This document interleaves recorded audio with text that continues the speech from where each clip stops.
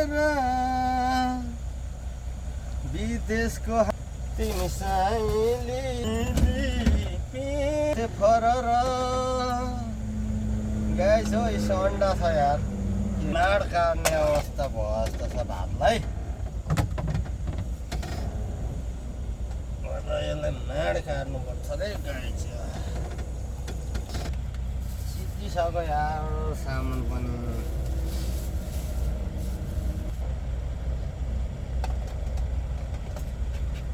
गाले मारे रे दादा ठल्किने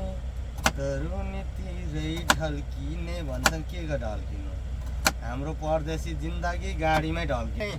कार्यक्रममा होइन प्लास्टिकमा राखेको यस्तो स्पेसल भएको छ नि सर्लकै हालिदिने यति